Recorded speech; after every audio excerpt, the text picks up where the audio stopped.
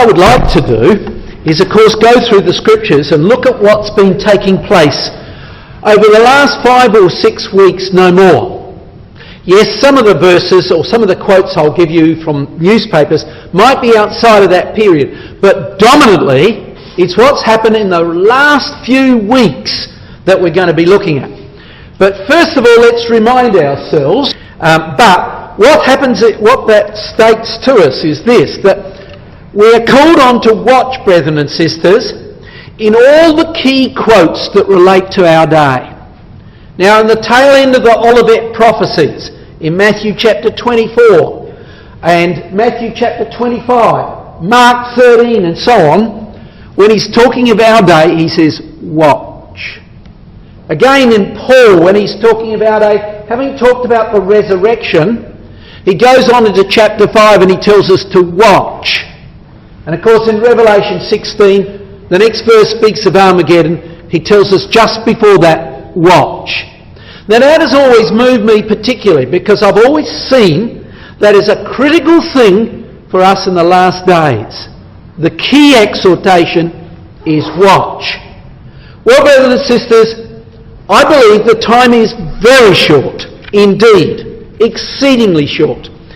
Every sign of Christ's imminent return seems to have moved ahead in the last few weeks. Therefore, it may well be that the Lord's coming is very, very soon. Now, we all know this quote very well. Brother Thomas said, when Russia makes its grand move for the building up of its image empire, let the reader know that the end of all things is at hand. The long-expected but stealthy advent of the King of Israel will be on the eve of becoming a fact. We know that well. And brethren and sisters, as we know, we can see into that area. There's Russia, there's the Ukraine area, and that Ukraine area we know from Scripture, and we know also from Brother Thomas's words, has to be occupied. It is the capital of once the area of Rosh, and then of course he must move into Europe, Turkey, and then into the Middle East. We know that off by heart. We've heard of that thousands of times. But brethren and sisters, look what's happening now. Go back a year, things changed dramatically in Ukraine. The biggest transit area for oil and natural gas from Russia into Europe suddenly found massive quantities of oil and natural gas. It was going to take a few years to develop. I don't believe it has even started because of the chaos. Russia immediately began to move. It knew that if it didn't take control of that area soon, that area would supply Europe and cut them off from the market. So they had to move. And of course, as we know, March the 25th, they had the Crimean Peninsula. We remember the details of how that took place. But Russia began to move. And with Russia beginning to move, it then sent or stimulated the rebels in the area of eastern Ukraine, that area that is dominantly controlled by people who speak Russian. They stimulated them, stirred them up so that they stood up against the Ukrainians. And so at least 10 of the East Ukrainian towns were taken over by these rebels. Have a look at the clothes they're wearing. You don't have them under your bed. Where do you get them from? Where did they get it from? I believe from Russia. They had high-grade weaponry. Look at this. Okay, handguns, but you don't normally hold that. Where do they get it from? Russia. Russia was provoking that situation right from the beginning. And then, of course, Russian military equipment, reinforcements, flowed across the border into Ukraine. Now I'm sweeping through this very quickly. Russian soldiers moved in. And here we can see some of the pictures that we've seen on the web. Coming across to the borders of Russia, loaded upon the borders of Ukraine, loaded upon trains, was tank after tank after tank. In they came into the area of eastern Ukraine. Here we see the humanitarian convoy to come into that area. And here are some of the tanks in Ukraine itself. So Russian troops have moved in. They moved into these areas here. They've taken control of some of the cities. And that is the situation we see at the moment. Over 2,000 lives have already been lost in the chaos and the fighting that's going on. But let's summarise that briefly. So, Putin demands the Ukraine remains in the Russian Euro Union. The leader of Ukraine went across to Russia and he agreed to do that. When he came back home, the area of the capital city, Kyiv, was racked by protests. At one point, 500,000 on the streets through the middle of their winter, protesting and protesting for day after day. And finally they said, all right, we'll join the EU. Ukraine's love for the EU. It didn't want to be bound to Russia anymore. And so now, what did Russia do? The bear was let out. Crimea was occupied. Rebels take over part of eastern Ukraine. Russia moves in with troops and weapons, and fighting has escalated. So where's the scene now? Ask the expert. What does he tell us? European leaders warn Russian invasion of eastern Ukraine at a point of no return. That's how they see it. And they see that Russia is at a state of war against Ukraine, and it could spread to the whole of Europe. They are terrified of what this fella's up to. And so they said, back out. We're going to bring weapons in. We're going to fight on Ukraine's side. And his comment was very simple. Vladimir Putin said, look at the date, just over a week ago, don't mess with nuclear Russia. We've got now more nuclear weapons than America, and that's true. And so he tells them that Russia is one of the leading nuclear powers, and it certainly is. It's best not to mess with us. Back off. But he didn't stop there. They've now brought up to the borders, they claim, 45,000 troops, 160 tanks, 350 artillery, 140 armed vehicles. Things are moving dramatically. Do we expect that? Of course we do. Look at this. It's one of the most familiar verses we've got, that we know, don't we? Go to the land of Magog, prince of Rosh, Meshech and Tubal. He's moving in. The area of Russia is moving into what was once part of Russia, which was once at one point the capital of Rosh, Kyiv. But things haven't stopped there. You see, he's working by certain tactics. Look at his tactics. What's he done? Russian aid. Here they are, a convoy of 242, I think it was, doesn't matter, something of that nature, of vehicles coming to the border. Here it was, maybe about 3 weeks ago, and they called it a Trojan horse. Goodness me, the Trojan horse came from that area, the area of Troy. Do you remember what took place? The city of Troy fell. They made this horse and put it outside the walls, and the people dragged it in, not knowing that inside were soldiers. And in the night they got out, opened the gates of the city, and Troy fell, didn't it? So here's the Trojan horse. That's as they see it. And what happened was, he brought it up to the border, and they said, we want to check them all out. He quickly shifted it. They said, where is it? And next thing, the bulk of them were inside Ukraine. And probably what they did was bring in many of their troops, hidden inside those trucks. Somebody did inspect some of those trucks, and they said they've got hardly anything in them. No humanitarian aid of any consequence. What was it there for? Trojan horse. And so it brought, it seems, troops into that area of Ukraine. Russian troops. So by cunning, by craftiness, he's operating.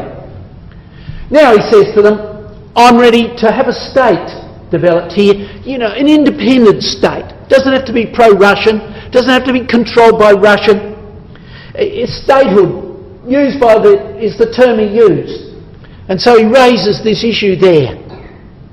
And then he says, as well as that, I want peace. I want peace. Here's 7 steps you can do, and if you do that, we'll have peace.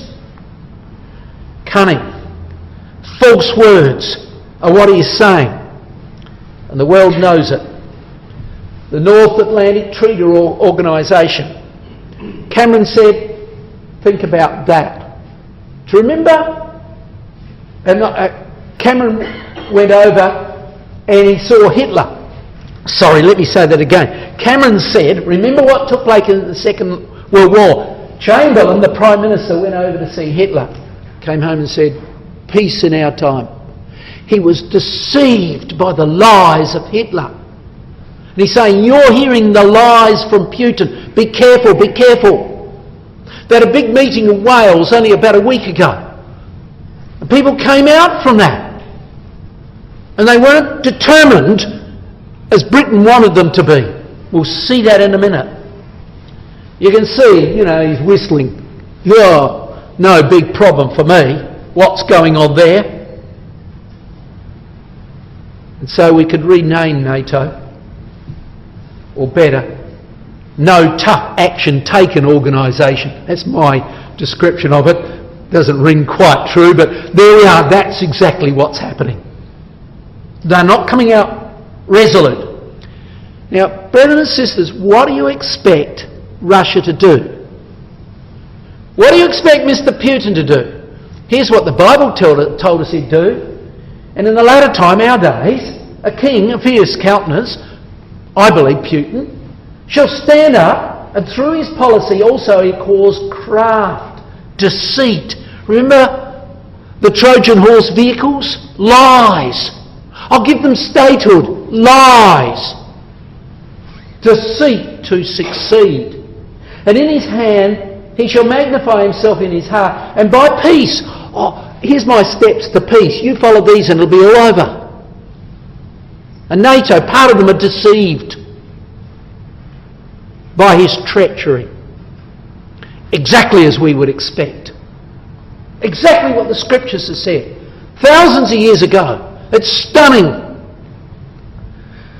But look at this. What about Germany? What about Russia at the moment? Well, Russia's economy is in a mess. Why? Well, if you'd invested in Russia and you saw this going on, what would you do? I'd pull my money out straight away, wouldn't you? Wouldn't you? That's what the businessmen are doing. They pulled out already, and this is a little while back, so it's probably twice as much as that. 75 billion out of Russia, pulling it out fast. The exchange rate is plummeting. The economy is in a mess. They're flirting with recession. Inflation's hit 7.8%, and it's even higher now. Interest rates, they've had to raise it to try and keep the money home in Russia. Russia's in a mess. Is she worried? And it could be worse than that soon. Cameron, look at the date a week ago. He could see that he wasn't getting the resolute support from NATO. So what did he say? Well, we control the city of London. Money. We will permanently damage Russia's economy. That's what we'll do. We'll permanently damage it. We'll do sanctions and such like on her that will harm her. And so the hook is going into the jaws. Russia cannot wait. The longer she waits, the worse her economy will be. She's got to move swiftly. It's going to get worse and worse the longer she fritters away the time and doesn't act. So the hooks are in the jaws. She's got to move swiftly. And brethren and sisters, just stop for a moment. She anticipated this a little. Some months ago, she began to establish a new financial structure that's not based upon the American dollar, the international exchange rate, or international currency. She's putting up a new one based on the ruble, her currency, linked with the Chinese currency, the yuan. And she is beginning to establish that and calling upon various countries affiliated with her not to use the American dollar but use her currency. So there's a new financial infrastructure being set up by her. But look at this. What about the boycotts? Here you are, Germany. German businesses urge halt on sanctions. Don't sanction Russia, says the business people in Germany. Why? It's madness to say that, isn't it? No, they say, you've got to stop that, Mrs. Merkel. Don't oppose Russia. Why?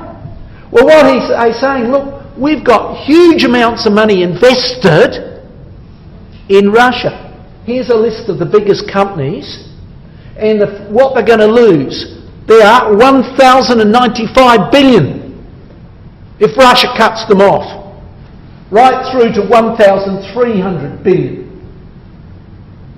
Staggering amounts. Germany is in a position she's going to lose terribly if she boycotts Russia. And our businessmen are telling Mrs. Merkel our GDP will go from positive to negative. Our exports will go into the negative. We'll have to import more than we export. And our unemployment's going to rocket to 300,000 in a blink. And so they're backing quietly back a little. The situation is very, very tricky indeed. Does it surprise us? Gog of the land of Mayor, Germany, is going to be with him in the end? No surprise at all, is it? No surprise at all. It's exactly what you'd expect. And look, we can see why it's going down that path. Now look at France. France has built a whole lot of these ships for Russia. The first ones come off the slips. The Russian sailors are over there to pick it up. And a week ago they said you can have it. But after Wales they're a bit questioning now and saying no, no, no. France halts delivery of these warships to Russia. About-face has taken place, gone the opposite direction, opposing Russia. That's strange, or is it? I wonder what we should expect. Well, we definitely expect Goma to be with Russia in the end, don't we? I'll bring thee forth and all thine army and horses. Goma, which is France, and all his bands, we expect that. But look what Brother Thomas says in Exposition of Daniel. Now, we haven't got time to go into why he said this, but he says this: France will send her conquered and crestfallen host to do battle for the autocrat, that's Russia, against Britain on the mountains of Israel. So what's he saying? He's saying this, that Russia's going to have to come in here and really give France a big shake-up. She will be crestfallen and defeated before she sends her troop down to support the Putin, down to support Russia as it moves into the Middle East. Staggering, isn't it? But let's move on. What about Italy? Look at the date. The Wales conference is over. Finland and Italy choose business partners with Russia.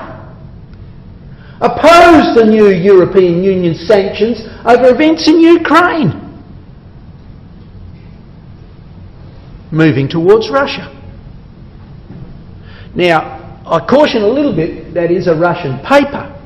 But be that as it may, presumably it's correct. And the new Prime Minister, you probably haven't seen too many pictures of him, but he's very popular. Before he came to Prime Minister, he was a comedian, so little wonder he's popular. Anyhow, but he's being influenced quite a bit by the papacy. And what he said is this: the only answer, he says, is Italy will push for a United States, not of America, of Europe. That's interesting. So he says, we're going to have one body, the EU. No. We're going to have maybe 10 states around here that are united together, which we'll call the United States of Europe. He says that a stronger and more cohesive Europe is the only solution. So if they all go independent but they work together, we'll be financially better off. That's his feelings. And so what do we expect? Exactly what we expect. As the toes of the feet were part of iron, Italy, Italian. So there we are. It's linked to that Roman power of old. There will be units, not one. And that's coming to pass. But let's continue with the papacy for a minute, or religions, shall we? Look at this. Here's Putin, very friendly with the Russian leader at the Eastern Orthodox Church. Very friendly indeed. Here's another one of those key leaders. And these words come from him, and that's why I've got his picture up there. And he says this: more than 25,000 churches have been restored in the past century in Russia, past quarter century in Russia. That is 90 a month. In fact, 3 churches are open every day in the country. In 1988, there were 20 monasteries in Russia. Now there are 805. How's that coming about? This man. He's very religious. He's supporting that. Putin urges Russians to return to the values of religion. So he's very religious indeed. That shouldn't surprise us for 1 second. Look at this. You know, in Ezekiel 38, there's a key word. What's the key word of Ezekiel 38? Company. Company. The word assemble is the verb from which that noun comes. Again there, the verb from which that noun comes. They are cognate related words. It's the Hebrew word kahal. And it has the idea of a religious assembly. It's a religious assembly of nations. Who's blessing them? The Pope and the Eastern Orthodox Church when they come into the Middle East. You know, it's quite interesting because Ezekiel 38 sort of like pops its head up every now and again like a serpent does, and you see it behind the words, the language, the fact that there is a religion behind all this. It's not clearly stated, but it's only seen in the usage of that word. And we're not surprised, are we? Look at what Putin's up to. But look, brethren and sisters, let's move on further. Georgia positions itself in Russian Western standoff. Now, remember 2 Olympic Games ago, Russia moved into Georgia, didn't it? Brutally moved into that area. There it is there. Moved into Georgia and took control of it. Then it backed out under world pressure. And these 2 areas here have been retained by Russia in white, the white areas. The breakaway states, they call them. Okay? But Georgia went for a little while pro-Russian because they're worried about what Russia was up to. And then suddenly moved over and is asked to join the EU. But now they're having second thoughts. However, if the support does not materialise soon, if the EU doesn't come to help Ukraine, they say, well, it's so weak, we can't trust them to help us. Georgia will likely be forced to re-evaluate its troubled relationship with Russia. In other words, it'll flip back and filiate with Russia. Does that surprise us? Brethren and sisters, the house of Tagama of the North Quarters and all his bands will be with Russia. Ezekiel 38, we know it off by heart, don't we? Brother Thomas says Georgia and Circassia probably are the bands of Tagama's house. Circassia is, there's Turkey, but up into this area, a little north of Georgia. Let's go back a bit. There we are, into this area here. And so he says to us that those areas will be linked with Russia. Of course they will. Scripture's told us for many years that they will be. But here's the headlines. We're going back quite a bit now. March the 28th, still this year. Front page of the New Statesman. You've probably seen that. Time to rearm. Time to rearm. The mood in Russia and Moscow turns nasty. Sure does. Sure does. And there's the bear, the Russian bear, looking south. And already it's moving, isn't it, on Ukraine and such like. So, some nations who will be a little bit more realistic than others, what will they do? Joel. Proclaim ye this amongst the nations, prepare war. Stir up the mighty men. Let all the men of war draw near. Let them come. Beat your ploughshares into swords and your pruning hooks into spears. Let the weak say, I am strong. Some nations will arm and prepare. But brothers and sisters, go back only a little while ago when there was chaos or troubles in the Gaza Strip in Israel. Right across Europe there were protests. Yes, even in as far as Australia and Britain, but possibly not as strongly as in Europe. Italy, Spain, Poland, Belgium, Sweden, France. Their pictures taken over one weekend when people were rallying in opposition to Israel. It was terrible what was going on. Absolutely staggering. And the following Saturday, this was the scene. Europe's anti-Semitism worse since Hitler. Think of that. They liken it to the day of Crystal Night. That was the day when Hitler approved of them going forth and smashing the Jewish shops and such like. Right across Europe, back in 1938. Okay? And then suddenly, it was happening again. They needed 1,000 policemen in both Berlin and in Paris to allow the Jews to come home safely from their synagogues on Saturday.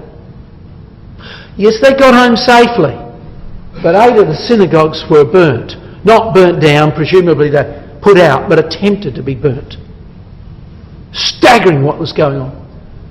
Thousands of officers, police, trying to stop the protest that's going on. Fanatics bent on destabilising their country. Should we be surprised? Look at this. Thus saith the Lord God, it shall come to pass that at the same time thou shalt think an evil thought. We know it's evil. We came along, didn't we, to that Jewish afternoon. We heard of what was going on and how they deal with their enemy. It wasn't like any other nation. Who sends a rocket in, and a dead rocket, so to speak, knocking on the roof, so to speak, to tell the Gazan people to get out before they do destroy the building? Nobody's done that but Israel. And thou shalt come against my people Israel. The hatred that's in their heart will drive them to affiliate themselves with Putin, and they will move into the Middle East ultimately. But what about Britain? We're going back a little bit. Look at it. We're going back about 2 months now, and this man got voted in as the new European Commissioner. Now Britain was aghast. He's a German. His name is Juncker. He's a man who determined to control the European Union. And Britain is not very happy with that, first of all, because he is German. Secondly, because, as Cameron said, he's a liar and a cheat and he's not honest. And he said that in the front of the EU Parliament building. He went over and spoke there. And he must have had facts to support that. As well as that, he's a Jesuit. That's something, as far as we're concerned, is a bit of a problem, isn't it? But there we are. He stands for everything Britain hates. Britain's ready to leave. That's what they're thinking. Situations are moving dramatically at that stage.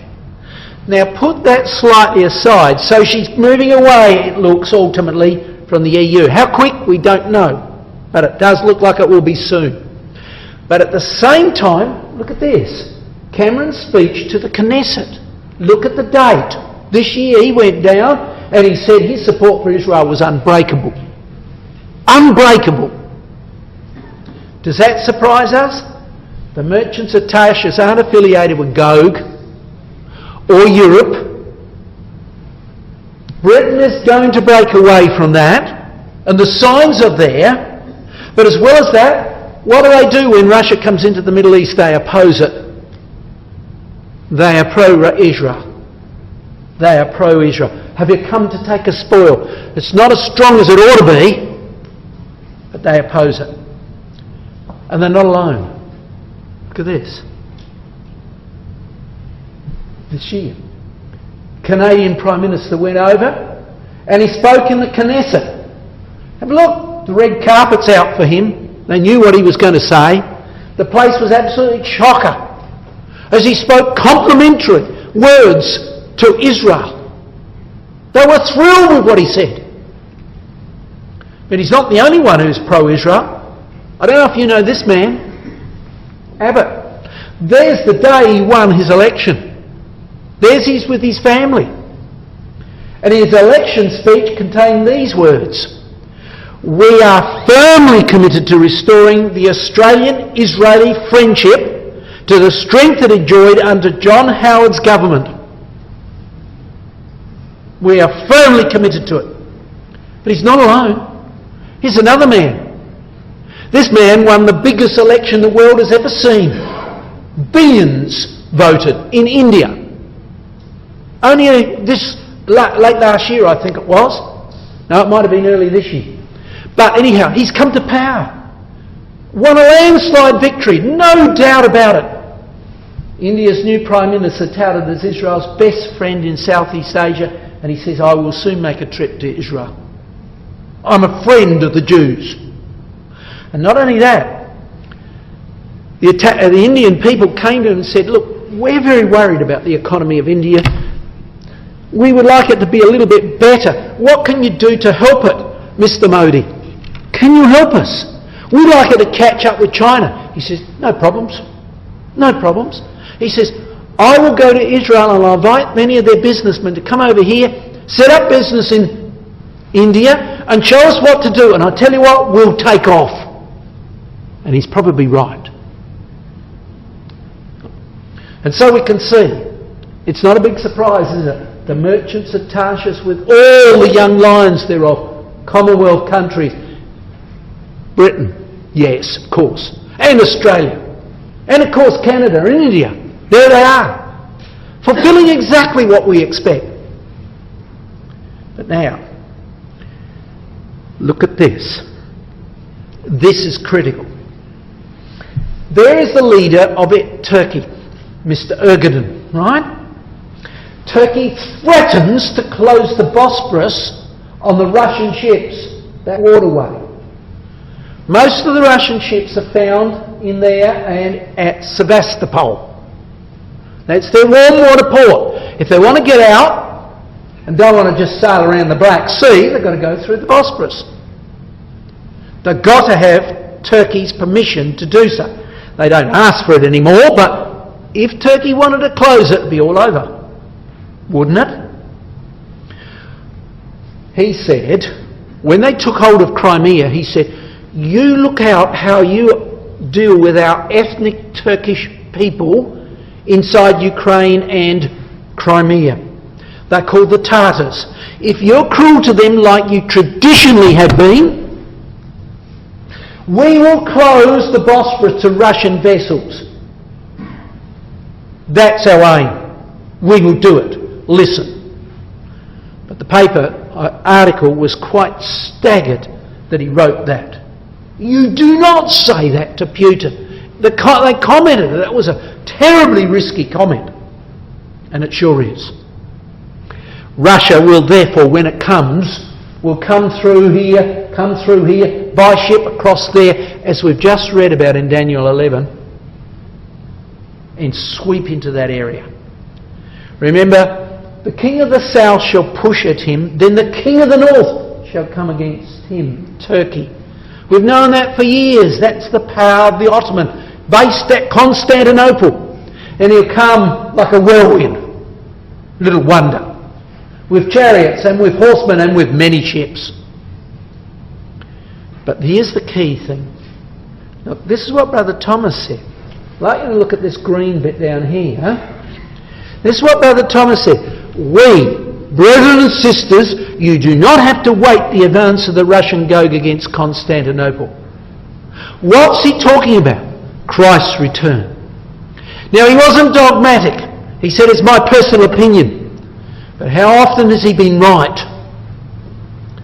So his opinion is, we won't see Turkey fall from Australia, but from Israel, from Sinai. Christ's return is almost here. And so we can see that time is running out. We've got to take these words very seriously. Look, brothers and sisters, everything you can think about is moving. You ask me afterwards, see if you can find something I haven't covered that we've expected, that isn't moving quickly in the last 5 or 6 weeks. But now let's look at the Middle East. A lake of fire. It's drawing attention of America away from Russia. Russia's getting a bit of a free hand because of it. Here we can see the ISIS group. It's got all sorts of names, isn't it? ISIL, just IS, but we'll call it ISIS.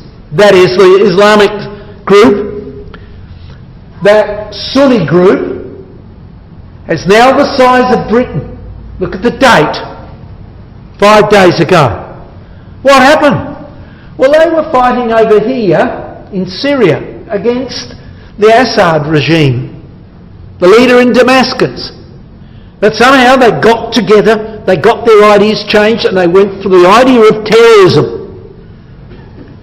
And so what they did was they swept in through here. And as they came into city after city, people just got up and ran. Terrified. Some of them were soldiers. They chucked off their uniforms, got rid of their guns and ran, but were captured. And the result was terrible. And city after city of the Iraqi area is terrified as these powers move through almost to the borders of Baghdad. Al-Maliki, the leader of Baghdad, appealed to America. America said, forget it. You've had many years we've asked you to do what we wanted to. No, we're not listening. They appealed to Iran. Iran said, yes, we'll help. But it didn't come in big numbers. So they said to Russia. And Russia swept in with equipment in a blink. Helicopters were coming in, planes were coming in. And Al-Maliki, who's now stood down, and the next man has taken over, Mr. Heidi al-Badid, or something of that nature. Can't quite remember his name, but he's taken over. He's now using Russian equipment. And they've kept the ISIS back from Baghdad. But look, brothers and sisters, that situation is quite a dangerous one. Look at this. The most deadly Middle East conflict is Shia versus Sunni. One Muslim group against the other Muslim group. Two basic Muslim groups, aren't they? The Shia and the Sunni. And it is a deadly, unsolved conflict that's been going on for hundreds of years between the two Muslim groups. But what should we expect? Well, let's listen to Dr. Thomas for a moment. This is what he had to say. The Shiites of Persia and the Sunnis, now remember Persia incorporated Syria, Iraq, Iran, Afghanistan. So it's broadly what we're looking at. The Shiites and the Sunnis will hate each other with a hatred not exceeded by the Orange men and the Romanists of Ireland. That's the Protestant, the Catholics. They hated each other, didn't they? They blew each other up. 20 years ago, 30 years ago, he says it'll be the same. Be the same. And Persia, particularly there, talking of Iran, will be led to indulge in dreams of extending her frontiers in the direction of Baghdad. So Iran will say, yeah, we'll get control of it ultimately. How? By the aid of Russia. By the aid of Russia. Absolutely on the dot. Absolutely correct. In every sense of the word. That's what we're seeing. And it shouldn't surprise us. All of them handling swords. Persia, Iraq, Iran, Afghanistan. They will be there and affiliated with Russia. Who's helping the most? Russia so far. Staggering. But brothers and sisters, it's scary. Look at this. Thousands of Al-Qaeda terrorists are on the loose in USA and Europe. Who's saying that? Israel. Oh, a couple of months ago. Nobody listened. Nobody listened. They said 11,000 Islamic terrorists, 11,000 of them, are on a constant commute between the Middle East and North Africa and Europe, primed for lethal action. Never has the West seen the likes of terrorist army on this scale. Israel. So let's come forward a month and a half. Reuters. The Islamic war to the US. We will drown you in blood. And they're showing examples of it. People being beheaded and all sorts. Horrifying pictures. Thing is looking frightening. Here's the leader of Saudi Arabia. There he is, King Abdul. And he had got information, credible information, has reached Saudi Arabia, Britain and Australia about the Al-Qaeda operations within that Sunni group, that ISIS group. And what they are saying is they're going to coordinate a terrorist attack. He thinks tomorrow, September 11. I'll be staggered if they do that, because everybody would expect it, wouldn't they? But what did he say? He said, I am certain that after a month the terrorists will reach Europe, and another month, America. Head of Saudi Arabia. Does he know something? Is he right? Well, time's going to tell. Time's going to tell. But look at this. And there shall be upon the earth distress of nations with perplexity. No way out. Men's hearts failing them for fear. It's terrifying what you're seeing out there. That is what he is saying. And it really is frightening to look at what could happen. Australia yesterday went on to a higher level, an extreme level of alertness. Mr Abbott has said we're not going to have some of these Islamic people coming into Australia. We'll cancel their passports. We're putting people at the airport checking people out if they think they're going across there to join that mob. In Iraq we will stop them. Things are looking extremely serious. Britain has gone to the highest state of alert. Highest state of alert. It's taking it very seriously indeed. In France, they are rounding up people coming home from this area and putting them straight in prison. Not all of them, but those they think have been affected by training on terrorism. And what apparently they've done is developed explosives that cannot be detected by the normal equipment in the airport.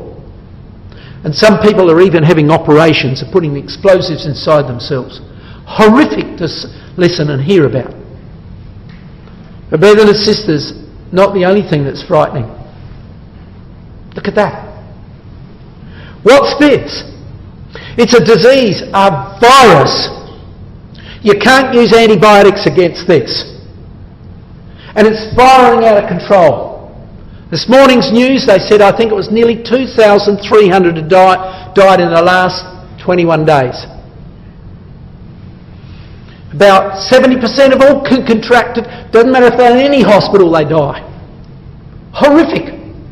Catastrophic loss of life is the potential. And it's growing by the minute. In country after country. Threatens Libya's national existence. That's one country. Serious threat, national existence, spreading like a wildfire. This was a few days, a day or so ago. 2,280, more this morning, have died from Ebola in Libya, Guinea and Sierra Leone, and so on. It's incredible what's going on. Here's the area that's in trouble, over on the western side of Africa. And the problem is, somebody contracts an illness and they can't move. What do you do with the person? Touch them, you get it. My dead body shall arise, resurrection. Awake and sing ye that dwell in the dust. For behold, the Lord cometh out of his place to punish the inhabitants of the earth for their iniquity. Now it cannot be dogmatic that this is the exact fulfilment of what it is, but they shall no more cover their slain. Do you know back in the close of World War I, flu virus came and spread. It killed more people than people who died in World War I. And in the southern part of New Zealand, on farms where people contracted that flu virus, nobody entered into the homes. They would put a flag up, the people who got it, put a flag up while they were well enough, saying, warning, don't come. When the flag was lowered, they knew it was safe to return. But if the flag did not get lowered, nobody went into the house. They were dead. Brothers and sisters, 40 odd million died in the close of World War I because of that. But now let's come on. Regional war looms. Jordan displays massive force on the Iraqi border. Why? She's terrified because the ISIS came to her border. So she got all of her troops and shot them up there to try and protect herself from it. But she realised she didn't have enough men. She didn't need to fear. America's been pouring troops into Jordan, and Israel has promised missile defence for Jordan, and if help is needed, she will come too, to oppose that ISIS threat. She apparently getting a fleet of drones ready. She said it would only take a month, and that was said about 2 months ago, that if needed, they would move in against these forces if they threaten places like Jordan and such like. So USA and Israel are in close communication with Jordan. They're close Israeli-American ally, Jordan. And I know this is a little dated, but it was an updated one that came only 2 days ago.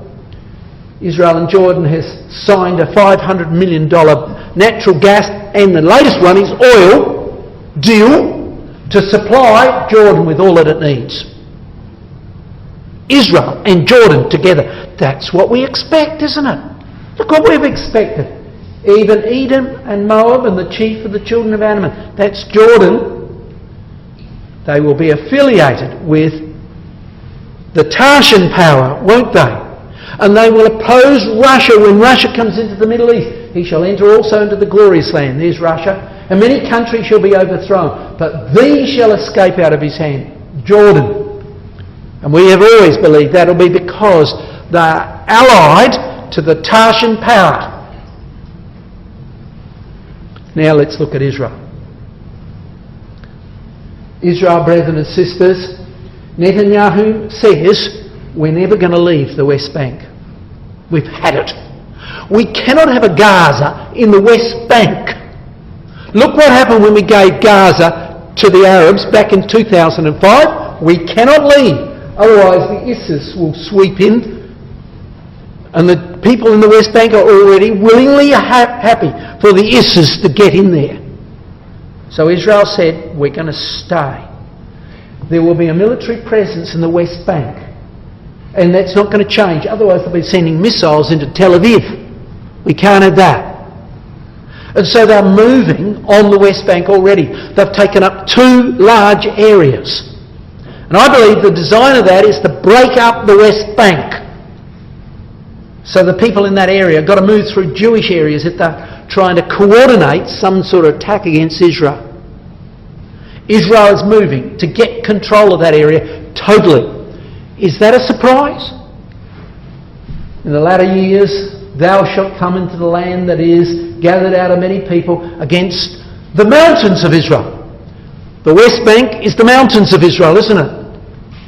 And upon the people that are gathered out of the nations that dwell in the midst of the land. Now see that word midst, it's used twice in the Bible. Next other time in Judges, I think it's Judges 7. Your margin, your Oxford margin has got a cross reference to it. And it's referred, the next verse, to the mountains of Israel, Judea. Yes, they will be there. Israel will control that. Of course they will.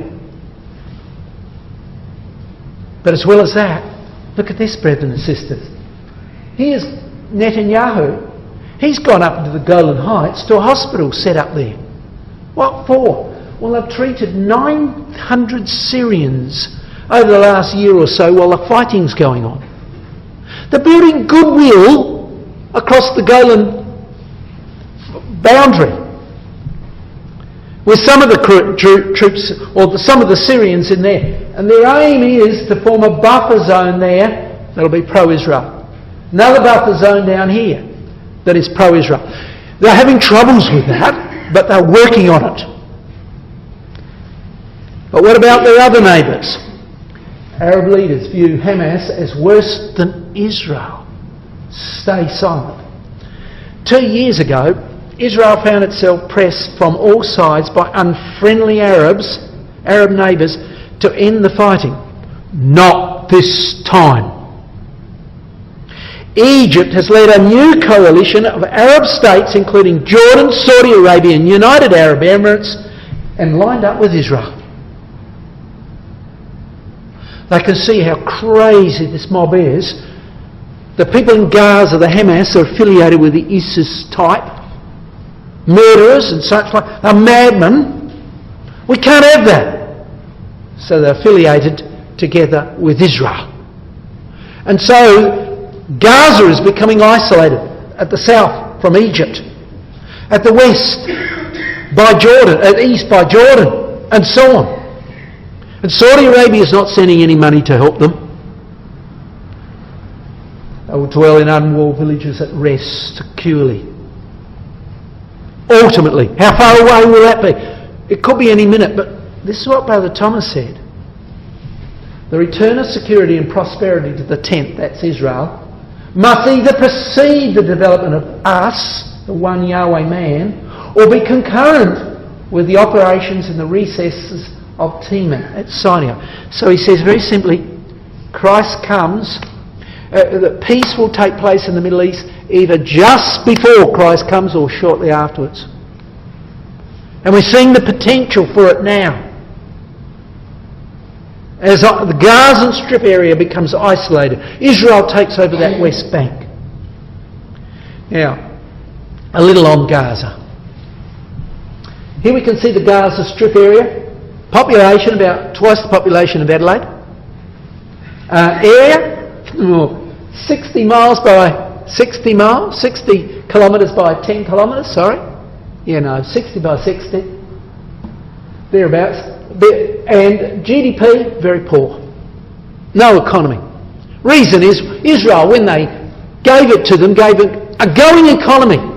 But the crazy Egyptian people of the Hamas moved in, and all the factories that were built by Israel, they just blew up. We can't have an Israeli one. They even blew up the sewage plant. And they had to then pump it outside into a big tank, which later on burst, and some of them got drowned in it. I do not lie. Crazy. Irrational people. But of course, now Israel is protected by its Iron Dome in the chaos that took place. Yes, they fired at all sorts of places. But Israel waited a whole week. How dare you defend yourself? After a week, she acted. And in went the rockets into the area of Gaza, into their main city. It was left in devastated condition. And we see a different policy altogether. Here they are, launching a missile from a hospital. Minor operations this way, military operations this way.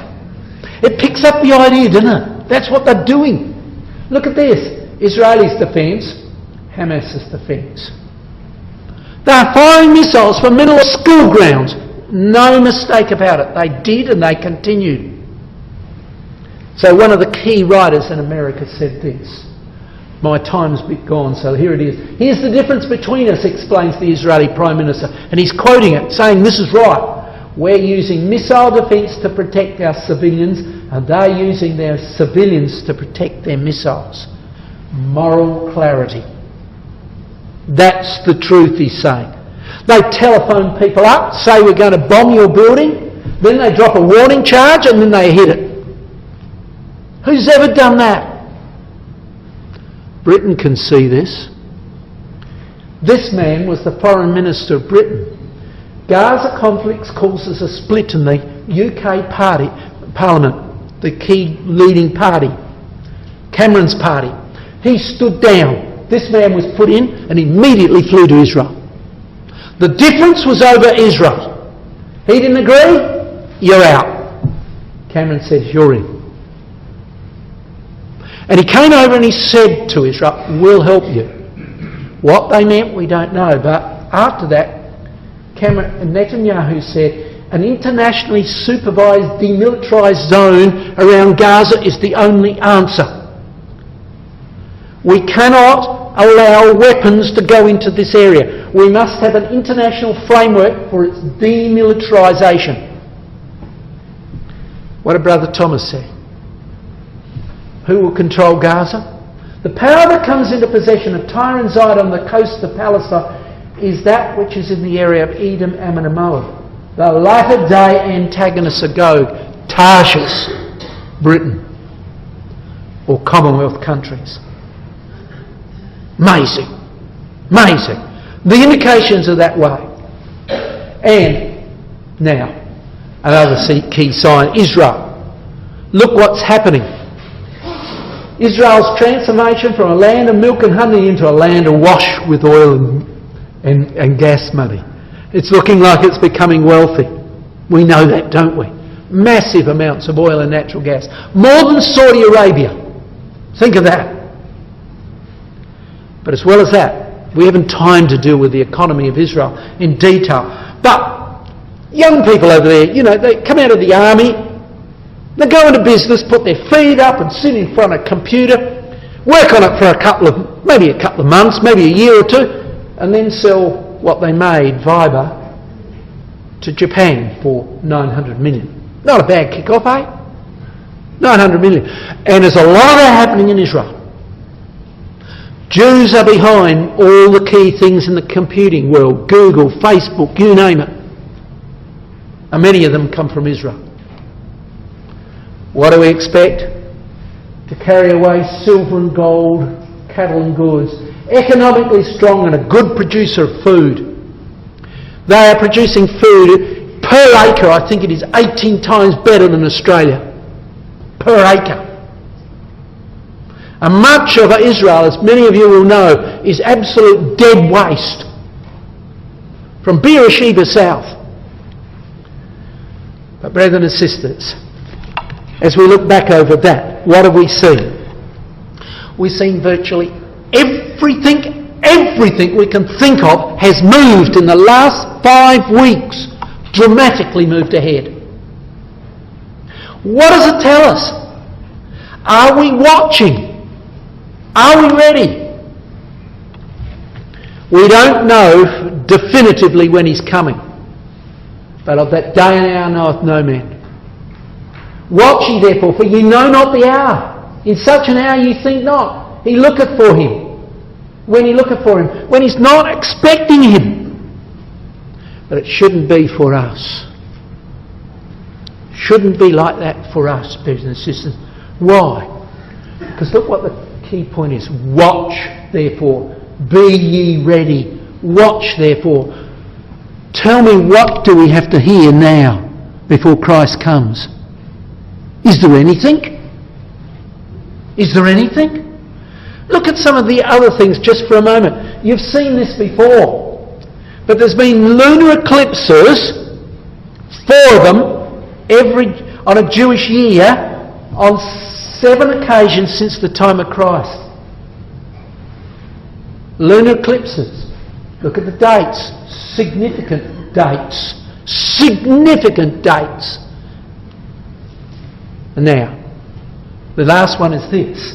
And already, by April the 15th, Russia was on the move. Israel was in chaos. Trouble was underway. So things have been moving dramatically through that period. Are we at the pivotal point? Here we are at the 8th one? Who knows? Who knows? That time is running out. We need to be deadly serious about the truth. Let me quote somebody. This man here is Luke Collier. In his book, he wrote an article in the Christadelphian under the heading Times and Seasons, which was reprinted, and this is where I got it from, the Testimony magazine in 2004. During the Second World War, he was editor of the Christadelphian. And he saw Russia join initially with Germany. And he thought, people wrote to him and said, looks like Rosh and Mago come together, perfect. Is this Christ's return? He said, no. Why not? Well, he said, first of all, we've got to be very careful with dates. So he wrote very cautiously, time periods. It's unwise to make very definite expression of opinion. Unwise to say, I definitely know when Christ returns.